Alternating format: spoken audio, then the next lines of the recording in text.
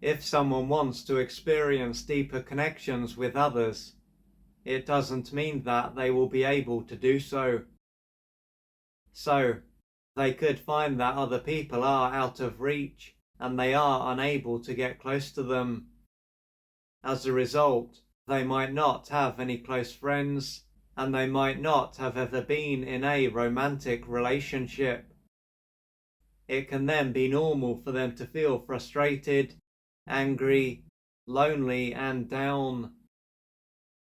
They might believe that someone or something out there is holding them back, or that there is something inherently wrong with them. If they are on board with the former, they will have to wait until their life changes. And if they are on board with the latter, there will be very little that they can do about what is going on. Either way, they are not going to be in a position where they believe that they have much control over this area of their life. However, if they were to develop a close friendship or start a relationship, they might soon become aware of why they are this way. The reason for this is that they can end up feeling trapped and have the need to get away from the other person.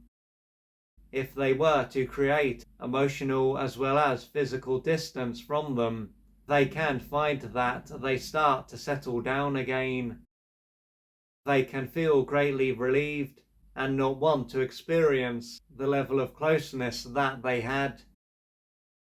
Assuming that this was to take place and they were to reflect on what happened, they could wonder why they felt and behaved in this way.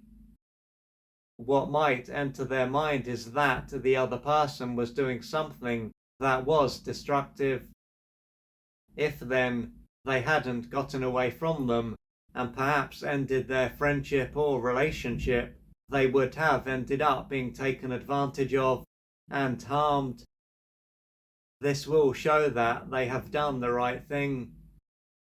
At the same time, they might see that the other person wasn't doing anything destructive. In this case, they can come to the conclusion that there was no reason for them to behave in this way.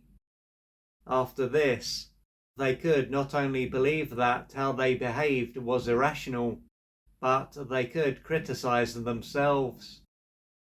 The outcome of this is that they could feel worthless, helpless, and hopeless. Nonetheless, while their behavior can be seen as being irrational now, if they were to reflect on their early years, it might make sense.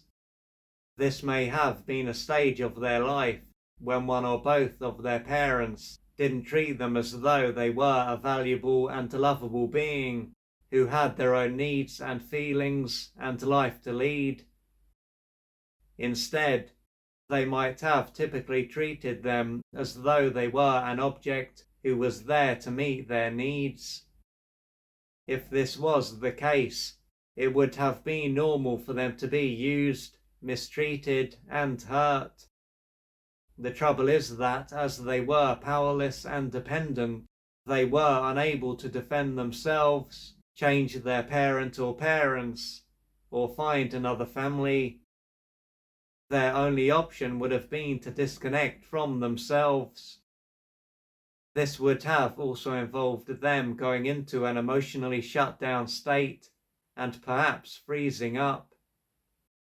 They would then have been connected to their body and thus their true self at one point, but had to lose touch with it at another. So, as they were unable to leave a dysfunctional environment, they had to lose touch with their emotional self and mentally detach from themselves. This is what allowed them to ensure their own survival. If this hadn't taken place, they probably would have been overwhelmed with pain, and their life would have come to an end. Along with the harm that was done to them, and how they had to adapt to being deprived of the attunement and love that they needed, would have been the associations that they formed. These associations that would have impacted them not just at a mental level, but at an emotional and physical level, will relate to human contact being a threat to their sense of self and survival. Thanks to this, for them to maintain their sense of self and not die, they will need to keep people at bay, both physically and emotionally.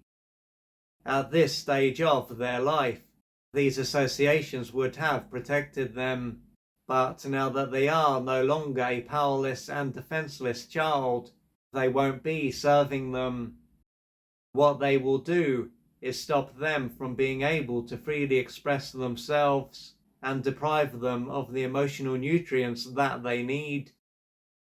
For them to be able to open up and to let the right people into their life, they are likely to have inner work to do. This will take courage, patience, and persistence.